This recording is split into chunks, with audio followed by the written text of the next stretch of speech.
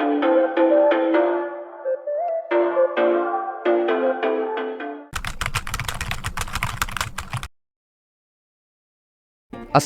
আলাইকুম। আজকে আমি কনফিডেন্সিয়াল অ্যাসাইনমেন্ট 2 মুভিটি এক্সপ্লেইন করব। যারা এর পার্ট 1 দেখেননি তার ডেসক্রিপশনের লিঙ্ক থেকে পার্ট 1 দেখে নিতে পারেন। মুভির শুরুতে আমরা জাং নামের একটি মাফিয়াকে মারামারি করতে দেখি। তখনই সেখানে আমেরিকান স্পেশাল ফোর্সের পুলিশ অফিসার জ্যাক এসে তাকে ধরে ফেলে। কিন্তু জ্যাকের এই সকল কাজের জন্য তাদের চিফ তার সাথে অনেক রাগারাগি করতে থাকে, কারণ সে কোনো অনুমতি ছাড়াই জাংকে ধরতে গিয়েছিল।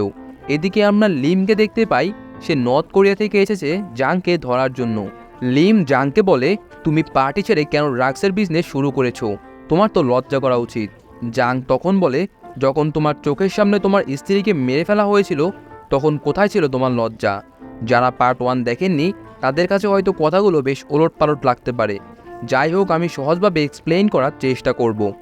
একটু পরে সেখানে জ্যাক এসে লিমকে দেখে অনেক রেগে যায়, কারণ জ্যাক 1 বছর অনেক চেষ্টা করার পর জাংকে ধরতে পেরেছিল, আর এখন লিম এসে তাকে ধরে নিয়ে যেতে যাচ্ছে।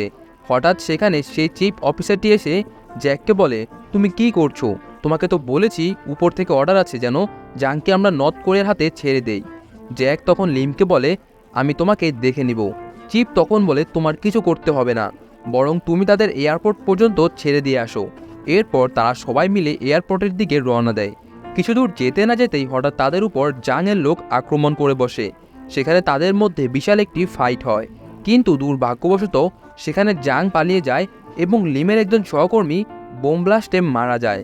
সিন চেঞ্জ হয়, আর আমরা সাউথ কোরিয়ার কেং নামের পুলিশ অফিসারটিকে দেখতে পাই।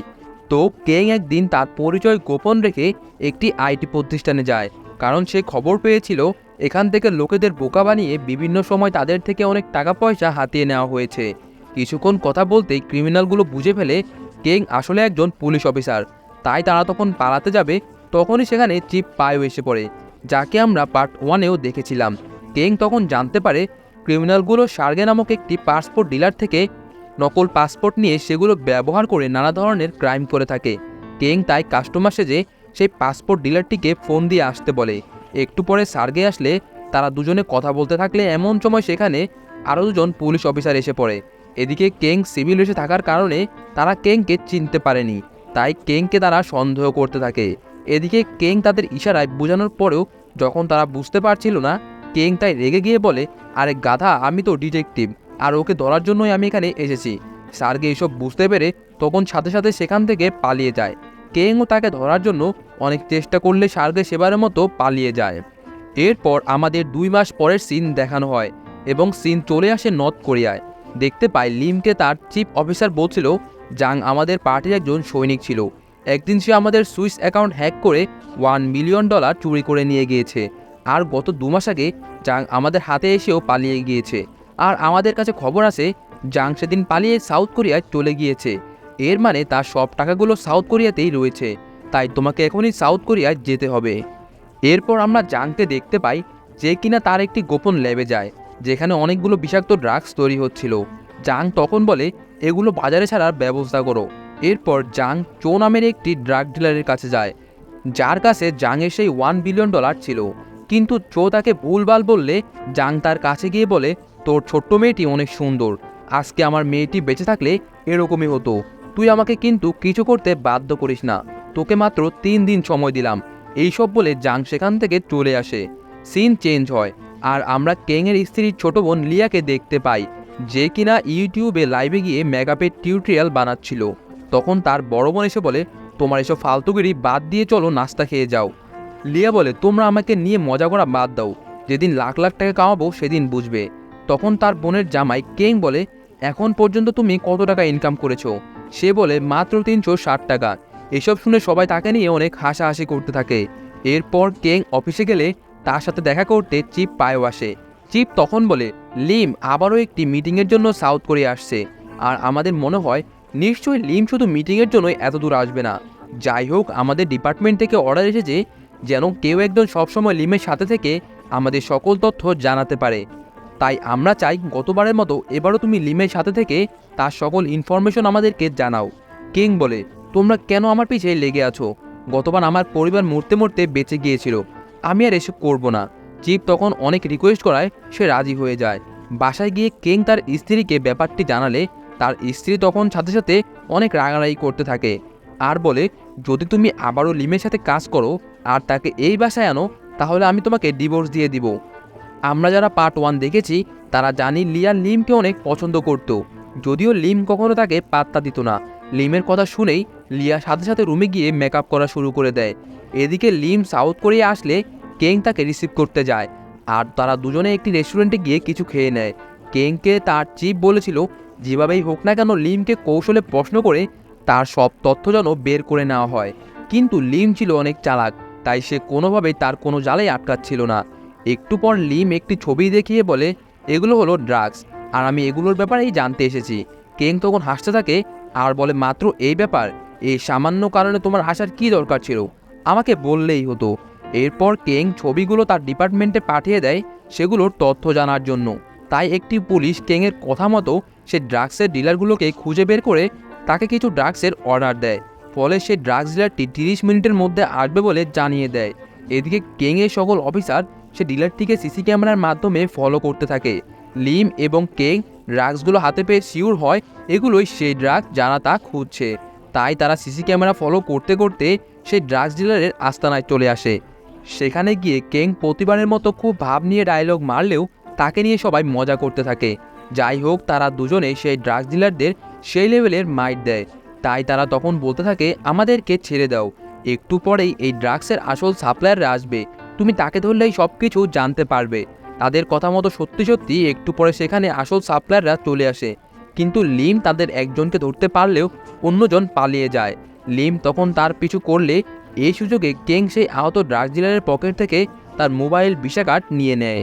একটু পরে তারা সেই ক্রিমিনালটিকে হাসপাতালে নিয়ে যায়। এদিকে লিম এবং কেংয়ের আজকে সকালের মারামারি টিভিতে প্রচার হলে কেংয়ের স্ত্রী এবং লিয়া সেটা দেখে ফেলে। লিয়া লিমকে দেখে অনেক খুশি হলেও কেংয়ের স্ত্রী বলে, কেংকে আমি আজকেই ডিভোর্স দিয়ে দিব। ওদিকে কেংয়ের চিফ তাকে বলে, তোমাকে যে করেই হোক জানতে হবে লিম কেন এখানে এসেছে, তুমি তাকে আগের বারের মতো তোমার বাসায় নিয়ে যাও। কেং জানতো তার স্ত্রী লিমকে দেখে অনেক রাগারাগি করবে, তাও সে লিমকে বাসায় নিয়ে কোনোভাবে তার স্ত্রীকে ম্যানেজ করে নেয়। এদিকে লিমকে দেখে লিয়ে তো মহা খুশি। অন্যদিকে পালিয়ে যাওয়া সেই ড্রাগ ডিলারটি জাংকে গিয়ে সব খুলে বলে। আর এদিকে রাতে লিয়া লিমের সাথে দেখা করে বলে, আমি জানি তুমি কাজের বাহানায় আমার সাথে দেখা করতে এখানে এসেছো। লিম বলে, না, এমন কিছুই নয়। লিয়া তখন বলে, তুমি মিথ্যা বলছো, আমি জানি। লিম তখন তাকে কোনো পাত্তা না দিয়ে রুমে চলে যায় আর লিয়া তাই রাগ করে অনেক ড্রিঙ্কস করতে থাকে। একটু পরে সে অনেক মাতাল হয়ে যায়। সকালে ঘুম থেকে উঠে সে লিমের জন্য খাবার রান্না করতে থাকে, যা দেখে সবাই তো অবাক হয়ে যায়। হঠাৎ তখন কেং জানতে পারে হাসপাতালে ভর্তি থাকা সেই ড্রাগস ডিলারটির জ্ঞান ফিরেছে, কিন্তু সেখানে গিয়ে লিম জ্যাককে দেখে অনেক অবাক হয়ে যায়। জ্যাক বলে, এই কেস এখন আমি হ্যান্ডেল করব, তোমাদের কেস থেকে বের করে দেওয়া হয়েছে। লিম বলে, ওকে আমি ধরেছি তাই আমি ইনভেস্টিগেশন করব। জ্যাক বলে, আমিও তো জাংকে ধরেছিলাম, কিন্তু তোমার কারণে সে কেস থেকে আমাকে বের করে দিয়েছে আর জাংও পালিয়ে গিয়েছিল। লিম তখন অনেক রেগে যায়। কেং তাদের থামানোর চেষ্টা করলেও তাতে কোনো লাভ হয় না। তখন সেখানে চিপ পায়ো এসে কেং এবং লিমকে সেখান থেকে নিয়ে যায়। কেং বলে, আমরা সেই ড্রাগ ডিলারটিকে ইন্টারোগেটের মাধ্যমে জাংয়ের লোকেশন জানতে পারতাম, এখন তো আর সেটি সম্ভব নয়। তখন চিপ পায়ো বলে, কেং, তুমি ড্রাগ ডিলারটি থেকে যে পাসপোর্টটি পেয়েছিলে সেটি আসলে একটি নকল পাসপোর্ট। এই শহরে এমন কেউ তো আছে যে এত নিখুঁতভাবে এটি ক্লোন করেছে, কিন্তু কে এমনটা করেছে তাকে ধরতে পারলে আমরা অনেক কিছু জানতে পারবো। কেংয়ের তখন স্বার্গের কথা মনে পড়ে যায় আর বলে, আমি জানি এমনটা কে করেছে। একটু পরে লিম বলে, আচ্ছা জাং এতগুলো ড্রাগস তৈরির জন্য ম্যাটেরিয়ালগুলো কোথায় পাচ্ছে? এরপর তারা খোঁজ নিয়ে জানতে পারে জাং একটি ট্রাকে করে ড্রামের মাধ্যমে চুরি করে সেই ম্যাটেরিয়ালগুলো সাপ্লাই করে থাকে। তাই তারা লোকেশন ট্র্যাক করে সেই ট্রাকের মাধ্যমে ফ্যাক্টরিটি খুঁজে বের করে। ওদিকে জ্যাক সেই ডিলারটিকে পালানোর সুযোগ করে দেয়, যাতে সে পালিয়ে জাংয়ের কাছে গেলে জ্যাক ও তাদের পিছু করতে করতে জাংকে ধরে ফেলে। একটু পরে জ্যাক, কেং, লিম তারা একে অপরকে দেখে অনেক অবাক হয়ে যায়। এদিকে সেই ফ্যাক্টরিতে কি হচ্ছিল জাং সিসি ক্যামেরার মাধ্যমে সব দেখতে পাচ্ছিল। যাই হোক, সেই ডিলারটি যখন ভেতরে যায় জাং তখন বলে, তুমি হয়তো জানো না তোমার পিছু করতে করতে এখানে পুলিশও এসে গেছে, তাই তুমি জানো তোমাকে কি করতে হবে। সেই ড্রাগ ডিলারটি তখন আরেক হাতে থাকা সুইচটি চাপ দেওয়ার সাথে সাথে সেখানে বিশাল একটি ব্লাস্ট হয়। জাং তাই রেগে গিয়ে লিমের সাথে মারামারি লেগে যায়। কেং তখন তাদের থামিয়ে একটি বারে নিয়ে যায়। জাং বলে, আমি জানি তুমি ওদের হয়ে কাজ করছো। লিম বলে, এসব বাদ দাও। কেং বলে, দেখো আমরা 3 জন 3 দেশের, অবস্থা এখন এমন হয়ে গিয়েছে আমাদের এক হয়ে কাজ না করা ছাড়া কোনো উপায় নেই। লিম তাই এবার সব সত্যি কথা বলে দেয়। লিম বলে, জাংকে আমি আসলে আগে থেকেই চিনি, সে আমাদের ধোঁকা দিয়ে অনেক টাকা নিয়ে পালিয়ে গিয়েছে। জ্যাক বলে, আমাদের চো নামের একটি ব্যক্তিকে ধরতে হবে, আমি জানি জাং অবশ্যই চোয়ের সাথে দেখা করবে।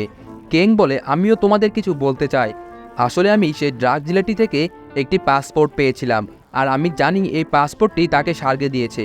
আমরা সার্গেকে ধরতে পারলেই জাংয়ের নাম্বার পেয়ে যাব, আর যা দিয়ে আমরা সহজেই তার লোকেশন জানতে পারবো। তারা 3 জন ড্রিঙ্কস শেষ করে কেংয়ের বাসায় আসতে থাকে। এদিকে লিয়া সেজেগুজে রেডি হয়ে লিমের জন্য অপেক্ষা করতে থাকে। বাসায় ঢুকে কেং লিয়াকে দেখে হাসতে হাসতে শেষ। কেং তখন লিয়ার কাছে গিয়ে বলে, বইটি সোজা করে রাখো। যাই হোক, লিম বাসায় ঢুকলে লিয়া তার কাছে গিয়ে বলে, তুমি কিভাবে ব্যথা পেয়েছো? লিয়া তখন লিমের মুখটি মুছে দিবে, তখনই সেখানে জ্যাক প্রবেশ করে। জ্যাককে দেখে লিয়া তো আরও বেশি ক্রাশ খেয়ে ফেলে। লিয়া তখন লিমকে রেখে এবার জ্যাকের কাছে চলে যায়। এদিকে কেংয়ের স্ত্রী মেয়েও জ্যাককে দেখে অনেক প্রশংসা করতে থাকে। বেচারা লিম তখন এইসব দেখে জ্যাকের উপর অনেক রাখতে থাকে আর অনেক জেলাস ফিল করতে থাকে। কেং তখন বলে, লিম দেখলে তো কিভাবে তোমার টিআরপি কমে গেল, মেয়েরা সবসময় এমনই হয়। পরের দিন সকালে লিয়া জ্যাকের জন্য খাবার রান্না করলে লিম এসব দেখে অনেক জেলাস ফিল করে। লিম জ্যাককে বলে, খবরদার লিয়ার দিকে তাকাবে না। যাই হোক, খাওয়া দাওয়া শেষ করে তারা সার্গেকে ধরার জন্য বের হয়। তারা সোশ্যাল মিডিয়া থেকে জানতে পারে সার্গের নাতাশা নামের একটি মডেলের সাথে সম্পর্ক রয়েছে, আর সার্গে একবার না একবার নাতাশার সাথে দেখা করতে নিশ্চয়ই আসবে। তাই তারা 3 জন সারাদিন নাতাশার উপর নজর রাখতে থাকে। রাত হয়ে এলে সেখানে লিয়া আসে। সবাই তাকে দেখে বলে, তুমি জানো কিভাবে আমরা এখানে? লিয়া বলে, আমি চিপ পায়োকে জিজ্ঞেস করে জানতে পেরেছি। কেং তখন খেয়াল করে নাতাশা বাইরে বের হচ্ছে। কেং তখন বলে, আমাদের মধ্যে কাউকে নাতাশার পিছু করতে হবে, যাতে সে আসার আগেই আমরা জানতে পারি। লিয়া তখন বলে, আমি আর লিম যাব, আমরা কাপল হওয়ার নাটক করব, তাই সে আমাদের কখনোই চিনতে পারবে না। কথা মতো তারা 2 জন নাতাশার পিছু করতে থাকে, আর এই সুযোগে কেং চলে যায় নাতাশার বাসা সার্চ করার জন্য। এদিকে লিম দেখতে পায় নাতাশা সব কিছুই দুটো দুটো করে কিনছে, তার মানে তার বাসায় নিশ্চয়ই সে ছাড়াও অন্য কেউ আছে। কিন্তু কিং তো সে ব্যাপারে জানতোই না, তাই লিম দৌড় দেয় কেংকে বাঁচানোর জন্য। এদিকে দেখতে পায় কেংকে পেছন থেকে সার্গে অ্যাটাক করে বসে, কিন্তু কেং কোনোভাবে তাকে মেরে আহত করে ফেলে। এরপর তারা 3 জন সার্গকে অনেক ভয় দেখিয়ে ইন্টারোগেট করলে সার্গে তখন সব কিছু বলে দেয়। এদিকে দেখতে পায় জাং একটি বিষাক্ত গ্যাস তৈরি করেছে, যা বাতাসের মাধ্যমে কোনো মানুষের ফুসফুসে গেলে সে সাথে সাথেই মারা যাবে। কিন্তু সায়েন্টিস্ট কিম বলে, আমাদের এমনটা করা উচিত নয়, এতে অনেক নিরপরাধ মানুষ মৃত্যু হবে। জাং বলে, তবে কি আমাদের পরিবার অপরাধী ছিল? তাহলে কেন আমাদের পরিবার সাথে এমনটি হয়েছে? এরপর কেং সার্গে থেকে পাওয়া জাংয়ের নাম্বারটি ট্র্যাক করে দেখতে পায় জাং একটি ক্লাবের দিকে যাচ্ছে, যেখানে চয়ও ছিল। মূলত জাং চয়ের থেকে সেই 1 বিলিয়ন টাকাগুলো নেওয়ার জন্যই সেই ক্লাবের দিকে যাচ্ছিল। এদিকে প্ল্যান মতো কেং, জাং, লিম, লিয়া সকলেই সেই ক্লাবে আসে। কেং তখন হোটেল বসে যে ভেতরে যায়, আর লিম এবং জ্যাককে বলে তারা যেন বাইরেই অপেক্ষা করে। আর ওদিকে জাং চয়ের সাথে দেখা করে টাকাগুলো চাইলে চয় তাকে বলে, আমি যদি তোমাকে এখন মেরে ফেলি তাহলে এই 1 বিলিয়ন টাকা আমার হয়ে যাবে। এই সব শুনে জাং অনেক রেগে যায়, আর চয় সকল লোককে সেখানেই মেরে ফেলে। চয় তখন বলে, প্লিজ আমাকে ছেড়ে দাও। তখন সেখানে জাংয়ের সাথে কাজ করা সেই জার্মান সায়েন্টিস্ট কিম আসে আর বলে, তুমি তো টাকাগুলো পেয়ে গিয়েছো, এখন ওকে ছেড়ে দাও। কিন্তু জাং তখন কিম এবং চয় দুজনকেই মেরে ফেলে। পাশেই তখন লুকিয়ে লুকিয়ে কেং তাদের এই সকল কিছু দেখছিল। তখনই তার মোবাইলে একটি ফোন আসে। জাংয়ের লোকজন তখন কেংকে খুঁজতে থাকে। এদিকে লিম আর জ্যাক কেং এর বিপদ বুঝতে পেরে তাকে বাঁচানোর জন্য আসতে যাবে, তখন লিম জ্যাককে একটি রুমে আটকে রেখে একাই চলে যায় কেংকে বাঁচাতে। এরপর লিম আর কেং মিলে সেখানে জাংয়ের সকল লোককে মারতে পারলেও জাং সেখান থেকে কোনোভাবে বেঁচে যায়। লিম তখন সুযোগ বুঝে কেংকেও একটি গাড়ির সাথে আটকে দেয় আর একাই চলে যায় জাংকে ধরার জন্য। জাং আর কেং তখন লিমকে চিটার ভাবতে থাকে। তারা মনে করেছিল লিম হয়তো 1 বিলিয়ন টাকার জন্যই তাদের আটকে রেখেছিল, আর জাংকে ধরে সকলকে সে একাই পেতে চায়। এদিকে পিছু করতে করতে লিম জাংকে ধরে ফেলে। এরপর সাউথ কোরিয়ায় লিমের চিফ অফিসাররা আসে জাংকে মারার জন্য, কিন্তু লিম যখন তাদের অফিসার চিয়নের সাথে দেখা করে তার হাতে জাং এবং 1 বিলিয়ন টাকা তুলে দিতে যাবে, তখন তার কিছুটা সন্দেহ হয়। তাই সে সাথে সাথে কেংকে ফোন করে। কিন্তু লিম তাকে ধোকা দিয়েছে ভেবে সে লিমের ফোন রিসিভ করে না। উপায় না পেয়ে লিম জাংকে ফোন করে, কিন্তু জাং তখন বলে আমি এখন আর কোনো উপকার করতে পারবো না, কারণ আমি আমেরিকায় ফিরে যাচ্ছি। হঠাৎ তখন জ্যাকের পেছন থেকে অ্যাটাক করে বসে। জ্যাক সেই লোকটিকে মেরে তার ফোনটি সার্চ করে বুঝতে পারে আসলে তাকে এতদিন তার বস বোকা বানিয়েছিল, আর জাং ইচ্ছে করে লিমের কাছে ধরা দিয়েছিল যাতে সে চিয়নের কাছে যেতে পারে। আর জাং তার লোকেদের পাঠিয়ে দিয়েছে কেংয়ের ফ্যামিলিকে মারার জন্য। এইসব বুঝতে পেরে জাং তখনই লিমকে ফোন দিয়ে সব কিছু জানিয়ে দেয়। এদিকে কেং বাসায় আসলে দেখতে পায় জাংয়ের লোক তার ফ্যামিলিকে আটক করে রেখেছে। একটু পরে জাংয়ের লোক কেংকে তার সাথে নিয়ে যায়, আর জাং এই সুযোগে কেংয়ের পরিবারকে বাঁচিয়ে নেয়। ওদিকে চিয়ন সেই 1 বিলিয়ন টাকা নিজের অ্যাকাউন্টে সরিয়ে নিতে যাবে, তখনই সেখানে জাংয়ের লোকজন এসে চিয়নের সকল লোককে মেরে ফেলে। জাং তখন বলে, তোকে দেশ থেকে বের করার জন্য আমার কত কিছুই না করতে হয়েছে, কি দোষ ছিল আমার স্ত্রী সন্তানের, আমার তো কর্তব্য এখন তাদের মৃত্যুর প্রতিশোধ নেওয়া। এই বলে জাং চিয়নকেও মেরে ফেলে। ততক্ষণে সেখানে লিম এসে পড়ে। লিম আর জাংয়ের মধ্যে সেখানে বেশ কিছুক্ষণ ফাইট হয়। একটু পরে জাং লিমকে তার গান পয়েন্টে নিয়ে বলে, তোমার খেল খতম। লিম বলে, তুমি আসলে কি করতে যাচ্ছ? জাং তখন বলে, এই বিল্ডিংয়ের ছাদে আমি একটি বিষাক্ত পয়জন গ্যাস ফিট করেছি, আর আমি সেটি অ্যাক্টিভেট করার 5 মিনিটের মধ্যেই এখানে 3 কিলোমিটারের ভেতরে থাকা সকল মানুষ মারা যাবে। ওদিকে কেং জাংয়ের সেই লোকটিকে আহত করে চলে আসে লিমকে বাঁচানোর জন্য। জাং লিমকে গুলি করে মারতে যাবে, এমন সময় কেং এসে তাকে বাঁচিয়ে নেয়। লিম এই সুযোগে ছাদে চলে যায় বোমাটি ডিফিউজ করার জন্য। লিমকে দেখে তার পিছে পিছে জাংও তখন ছাদে চলে যায়। ছাদে গিয়ে তারা দুজনে মারামারি করতে থাকে। জাং তখন পেরে না ওঠায় সে বোমাটি অ্যাক্টিভেট করে দেয়। এদিকে কেং ছাদে এসে বোমাটি ডিফিউজ করার চেষ্টা করে, কিন্তু কোনো উপায় না পেয়ে সে জ্যাককে ফোন করে। জ্যাক তখন বোমাটি দেখে বলে, এটি ফিউজ করার জন্য তোমার একটি চাবির প্রয়োজন, যেই করে হোক সময় শেষ হওয়ার আগে চাবিটি দিয়ে বোমটি ডিফিউজ করতে হবে। কিন্তু চাবিটি তো ছিল জাংয়ের কাছে। ওদিকে মারামারি করতে করতে জাং বেশ আহত হয়ে যায়। লিম তখন তার কাছে চাবিটি চাইলে সে চাবিসহ ছাদ থেকে লাফ দেয়। এদিকে সময় ছিল মাত্র 30 সেকেন্ড। লিম আর কেং সব আশা ছেড়ে দিয়েছিল। তখনই জ্যাক একটি ড্রোনের মাধ্যমে সেই চাবিটি উপরে পাঠিয়ে দেয়। লিম তখন কোনোভাবে সেই চাবিটি নিয়ে পয়জন বোমাটি ডিফিউজ করে দেয়। শেষে আমরা দেখতে পাই তারা তিনজনে সেই $1 বিলিয়ন ডোনেশন করে দিয়েছে, আর লিমও নর্থ কোরিয়ায় ফিরে যাচ্ছে।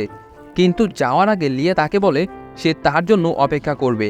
লিম যেন খুব জলদি ফিরে আসে, কিন্তু লিম এবারও তাকে কোনো পাত্তা না দিয়ে সেখান থেকে চলে যায়। লিম চলে যাওয়ার পর জ্যাক লিয়াকে বলে, তুমি কি আমার সাথে আমেরিকায় ঘুরতে যাবে? এটি শুনে লিয়া অনেক খুশি হয়ে যায়। তখনই লিম আবারও ব্যাক আসে আর জ্যাককে বলে লিয়ার থেকে দূরে থাকবে, না হলে কিন্তু খবর আছে। আর যাওয়ার আগে লিমকে একটি উপহারও দিয়ে যায়। এটি দেখে লিয়া তো মহা খুশি, আর সবাই তখন বুঝতে পারে লিম এখন লিয়াকে পছন্দ করে। আর এভাবেই হ্যাপি এন্ডিংয়ের মাধ্যমে মুভিটি শেষ হয়ে যায়।